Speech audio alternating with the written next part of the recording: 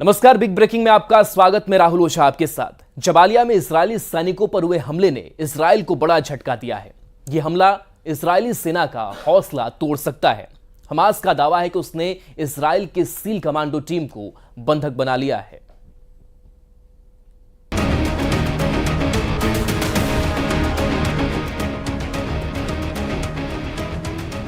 इन तस्वीरों ने इजरायल में तूफान ला दिया है।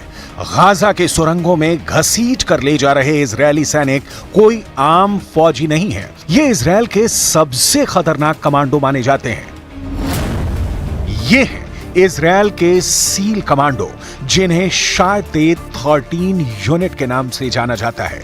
शायतेत 13 इजरायली नौसेना का ठीक वैसी ही कमांडो यूनिट है जैसे अमेरिका के सील कमांडो होते हैं। यह यूनिट इजरायल के इंटेलिजेंस ग्रुप शिन बेत के तहत ऑपरेट करती है। यही वजह है कि हमास के हमले ने शायतेत 13 कमांडो की पूरी टीम के रुतबे को चकनाचूर कर दिया है। पूरे इजरायल में यह वीडियो वायरल हो चुका है। इन तस्वीरों को देखकर नेतन्याहू के कैबिनेट में कोहराम मच गया है। जिस फोर्स को इजरायल की सबसे एलीट कमांडो यूनिट माना जाता था, उस पर हमास ने पॉइंट ब्लैंक रेंज से हमला किया है। शायतेत 13 यूनिट पर हुए इस हमले में कितने कमांडो मारे गए, कितने कमांडो बंधक बने, इस पर पूरे इजरायल में खामोशी छाई हुई है। गाजा के शायतेत 13 का मारा जाना नेतन्याहू के लिए बहुत बड़ा सदमा है। हमास का दावा है कि उसने कई इजरायली कमांडो को बंधक बना लिया है। अब जबालिया में हमास और शायतेत 13 के बीच हुए इस एनकाउंटर की पुष्टि कैसे हो रही है, इसे बहुत गौर से समझिएगा, क्योंकि इजरायल इस बात को मानने के लिए तैयार नहीं कि उसके सैनिक गाजा में हुई लड़ाई के दौरान बंधक बना लिए गए हैं। हमास ने जो तस्वीरें जारी की हैं, उसके कमांडोज के कपड़ों और हथियारों में कई ऐसी चीजें हैं जो इस बात की तरफ इशारा करती हैं कि इस एनकाउंटर में शायतेत 13 यूनिट शामिल थी। इसमें है चेक गणराज्य की बनी हुई स्कॉर्पियन ईओ राइफल, जो सिर्फ इजरायल की शायतेत 13 कमांडो यूनिट इस्तेमाल करती है। स्कॉर्पियन ईवो राइफल में आगे लगा है साइलेंसर। इसका इस्तेमाल भी इजरायल की सील कमांडो यूनिट यानी शायतेत 13 ही करती है। शायतेत 13 इजरायल की खुफिया एजेंसी शिन बेत के तहत आती है और शिन बेत की रिपोर्टिंग इजरायल के प्रधानमंत्री यानी बेंजामिन नेतन्याहू को है। यानी अगर गाजा के जबालिया में शायतेत 13 को हमास ने घेर कर मारा है, तो समझ लीजिए कि पूरे इजरायल और खासकर उनके कैबिनेट में सबसे बड़े टारगेट पर बेंजामिन नेतन्याहू ही होंगे। इजरायल की खुफिया एजेंसी 3 हिस्सों में बटी है। पहली है शिन बेत, जो इजरायल की आंतरिक सुरक्षा देखती है, खुफिया जानकारी जुटाती है, ऑपरेशन करती है। दूसरी है अमान, जिसे मिलिट्री इंटेलिजेंस कहा जाता है। और तीसरी है मोसाद, जो विदेशों में इजरायल के खुफिया ऑपरेशन को अंजाम देती है। गाजा में युद्ध के दौरान फौज और खुफिया एजेंसियों पर पूरे कंट्रोल के लिए उसकी कामयाबी और उसकी नाकामी दोनों को लेकर इस वक्त नेतन्याहू कैबिनेट में बहुत बड़ी जंग चल रही है। एक तरफ गाजा की सड़कें नेतन्याहू के धमाके से दहल रही हैं, दूसरी तरफ इजरायल की सड़कों पर ऐसा हाहाकार मचा हुआ है कि नेतन्याहू की सत्ता डोल रही है। एक तरफ इजरायल गाजा पर लगातार बम गिरा रहा है, तो दूसरी तरफ तेल अवीव की सड़कें नेतन्याहू के खिलाफ नारों से गूंज रही हैं। हमास के कब्जे में अब भी करीब 125 बंधक हैं और हमास उनको तब तक नहीं छोड़ेगा जब तक इजरायल की तरफ से सीज फायर नहीं होता है। यही वजह है कि युद्ध का मिसमैनेजमेंट अब प्रधानमंत्री और रक्षा मंत्री के बीच सबसे बड़ी दरार बन चुका है। इजरायल के प्रधानमंत्री बेंजामिन नेतन्याहू और रक्षा मंत्री योआव गैलेंट लगातार एक दूसरे से टकरा रहे हैं।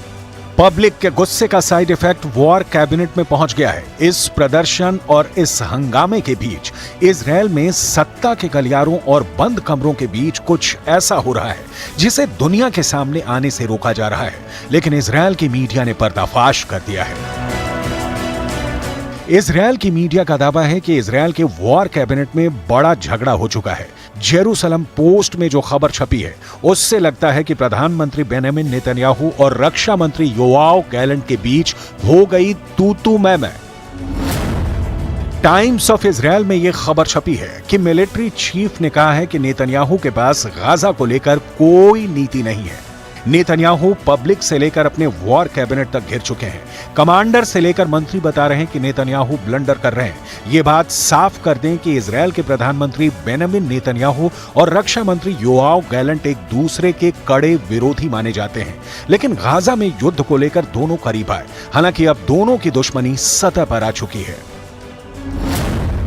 एक बड़ी मीटिंग में नेतन्याहू थे, रक्षा मंत्री गैलेंट थे और साथ में इजरायल की सिक्योरिटी एजेंसी शिन बेत के चीफ रोनेन बार भी थे। इजरायल की मीडिया का दावा है कि रोनेन बार ने कहा, हमारी रक्षा मंत्री से बात हुई, इस दौरान सभी मोर्चों पर गहराई से चर्चा हुई। नेतन्याहू ने तभी शिन बेत के चीफ रोनेन बार को रोका। वो बोले, क्या आपने ऐसी जरूरी चर्चा रक्षा मंत्री से ही कर ली? इस बार शिन बेत के चीफ रोनेन बार ने कहा, हां, इसमें सवाल किस बात का है? तब नेतन्याहू ने कहा, जितना मुझे याद है शिन बेत और मोसाद ये दोनों प्रधानमंत्री के तहत आते हैं। ये बात रक्षा मंत्री यो गैलेंट को अखर गई। गैलेंट ने नेतन्याहू से फौरन पूछा कि आप रक्षा मंत्री को युद्ध पर जरूरी बात करने से रोक रहे हैं, इस मामले में आप क्या करेंगे अगर रक्षा मंत्री का इसमें दखल नहीं होगा? इस पर नेतन्याहू ने कहा, युद्ध को लेकर जो चर्चा होगी वो यहीं मेरे साथ होगी। रक्षा मंत्री योआव गैलेंट फिर भड़के और लगा कि अब वो गाजा पर बमबारी को लेकर नेतन्याहू से आर पार करने के मूड में है। रक्षा मंत्री ने प्रधानमंत्री की बात पर ऐतराज जताते हुए कहा, जब भी आप युद्ध को लेकर चर्चा करते हैं, हम मीटिंग में पूरी तैयारी से आते हैं। इस तैयारी के लिए भी मुझे अफसरों से बात करनी होती है। दिक्कत यह है कि आप इस तरह की मीटिंग नहीं करते हैं। अब यहीं पर नेतन्याहू का चेहरा देखने लायक था, क्योंकि एक कैबिनेट मिनिस्टर उन्हें उनकी कमियां बता रहा था और वो कुछ नहीं कर पाए। जब से जबालिया में इजरायली सैनिकों को बंधक बनाए जाने की खबर फैली है, लेबनान में जश्न मनाया जा रहा है। ये लेबनान की राजधानी बेरूत है और यहाँ लोग फिलिस्तीन का झंडा लेकर जुलूस निकाल रहे हैं। अब सवाल है कि इजरायल की पब्लिक क्या करेगी? क्या गाजा में युद्ध को लेकर इजरायल के प्रधानमंत्री और रक्षा मंत्री की लड़ाई सड़क पर पहुंच जाएगी या पहुंच चुकी है?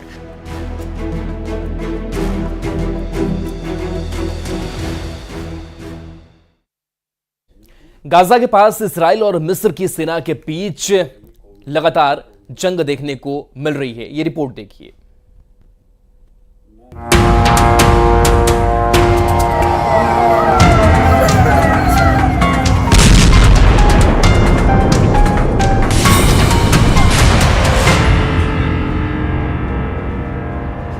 इजरायल की राजधानी तेल अवीव में जनवरी के बाद सबसे बड़ा हमला हुआ है। ये रॉकेट अटैक के बाद उठ रहा धुआं है। तेल अवीव में अजीब सी दहशत फैली हुई है। गाजा से कत्यूशा रॉकेट फायर करके हमास ने साबित कर दिया है कि वो खत्म नहीं हुआ है। गाजा के रॉकेट मेन सुरंगों के अंदर और सुरंगों के बाहर एक बार फिर लैस हो चुके हैं। हमास की रॉकेट फोर्स लगातार एक्टिव है। इजरायल में लगातार सायरन बज रहे हैं। गाजा में हमास की फायरिंग पावर में कोई कमी नहीं आई है। हमास के इस हमले के बाद इजरायल ने रफा कैंप में कोहराम मचा दिया। तेल अवीव पर हमले के बाद इजरायल के हेलीकॉप्टरों ने रफा पर हेल्प फायर मिसाइलों की बारिश कर दी। करीब 40 लोगों के मरने की खबर है। रात भर रफा का ये राहत कैंप जलता रहा, लाशें निकाली जाती रहीं। ये सिलसिला सुबह भी जारी रहा। रफा दक्षिण गाजा में वो जगह है जहां करीब 12 से 15 लाख लोग मौजूद हैं, क्योंकि इजरायल ने पूरा उत्तरी और मध्य गाजा खाली करा लिया है।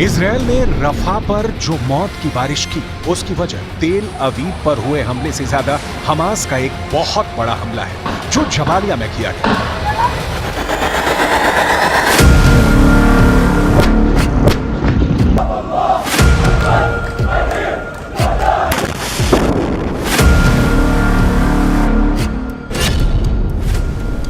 मारे इजरायली सैनिक, हमास का खूनी हमला। जरा इस वीडियो को देखिए। हमास के लड़ाके एक सुरंग से इजरायली सैनिक को घसीट कर बाहर की तरफ ले जा रहे हैं। हमास ने अपने इस वीडियो में दावा किया है कि हमने सुरंग युद्ध में इजरायली सैनिकों को न सिर्फ जान से मार डाला है, बल्कि कई इजरायली सैनिकों को बंधक बना लिया है, उनके हथियार भी जब्त कर लिए हैं। ये वीडियो उत्तरी गाजा के जबालिया कैंप का बताया जा रहा है। हम आपको एक एनिमेशन के जरिए बताते हैं कि आखिर हमास ने इजरायली सैनिकों को इतनी आसानी से कैसे मार डाला, क्योंकि इजरायली सैनिकों के पास न सिर्फ घातक हथियार और हाई टेक्नोलॉजी मौजूद थी, बल्कि मरकाबा टैंक और फुल बैकअप पीछे से मौजूद था। हमास के दर्जन भर लड़ाकों ने सबसे पहले जानबूझकर सुरंग में अपनी लोकेशन इजरायली सैनिकों को दिखा दी। जैसे इजरायली सैनिकों को लगा कि सुरंग के अंदर दर्जनों हमास के लड़ाके छिपे हैं, वो तुरंत घातक हथियारों के साथ सुरंग में घुस गए। सुरंग में इजरायली सेना के स्पेशल यूनिट के कमांडो घुसे थे। जैसे ही हमास का पीछा करते हुए इजरायली सैनिक सुरंग में घुसे, तभी सुरंग में हमास ने जोरदार धमाके कर दिए और उन पर गोलियों की बौछार कर दी। हमास ने दावा किया है कि उसने इजरायल के कई सैनिकों को सुरंग में मार डाला है और इजरायल की स्पेशल फोर्स के कमांडोज को बंधक बना लिया है। अल कसम ब्रिगेड्स के प्रवक्ता अबू उबैदा ने कहा, हमारे लड़ाकों ने इजरायली सेना को लालच देकर एक सुरंग के अंदर हमला करवाया और फिर इजरायली सैनिकों को मार डाला।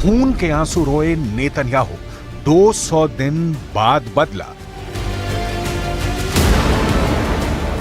7 अक्टूबर 2023 के बाद से इजरायली सेना गाजा पट्टी को 80% तक तबाह कर चुकी है, लेकिन हमास के लड़ाकों को खत्म नहीं कर पाई है।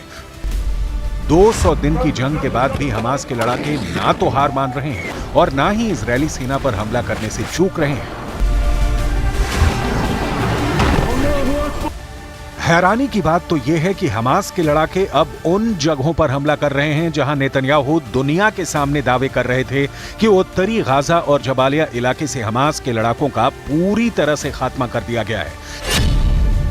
कब्र से निकला हमास, जबालिया में फंसा इजरायल। इस वक्त इजरायली सैनिक रफा, उत्तरी गाजा, दक्षिणी गाजा, गाजा सिटी और मध्य गाजा में जंग कर रहे हैं। पश्चिमी देशों के वॉर एक्सपर्ट साफ कह रहे हैं कि 200 दिन से ज्यादा की जंग के बाद इजरायल रफा में फंस गया है। जरा देखिए, हमास के लड़ाके हाथों में हथियार लिए एक बार फिर से इजरायल के खिलाफ एकजुट हो चुके हैं। जनाजे में उमड़ी भीड़ साबित कर रही है कि भले ही इजरायल 10,000 से ज्यादा हमास के लड़ाकों को मार चुकी है, लेकिन हमास के लड़ाकों की संख्या में जरा भी कमी नहीं आई है। शायद यही वजह है कि रफा में इजरायल के भीषण हमले के बावजूद हमास की लड़ाकू क्षमता में कमी नहीं है। 6 मई 2024 से दक्षिणी गाजा के शहर रफा में इजरायली सेना ने हमले शुरू किए। रफा में 20 दिन से ज्यादा की भीषण जंग में इजरायल की आईडीएफ ने हमास के 70 ठिकानों पर हवाई हमले किए। इजरायल की आईडीएफ ने दावा किया है कि उसके सैनिकों ने मरकावा टैंक और भारी हथियारों के साथ रफा में ग्राउंड ऑपरेशन किए हैं, जो सफल रहे हैं। आईडीएफ का कहना है कि इजरायल के इस ऑपरेशन में 50 से ज्यादा हमास लड़ाके पूर्वी रफा में मारे गए हैं। इसके अलावा हमास की दर्जनों सुरंगों को तबाह कर दिया गया है। इजरायल ने भीषण हमलों की वजह से रफा से 8 लाख फिलिस्तीनी भागने के लिए मजबूर हो गए हैं।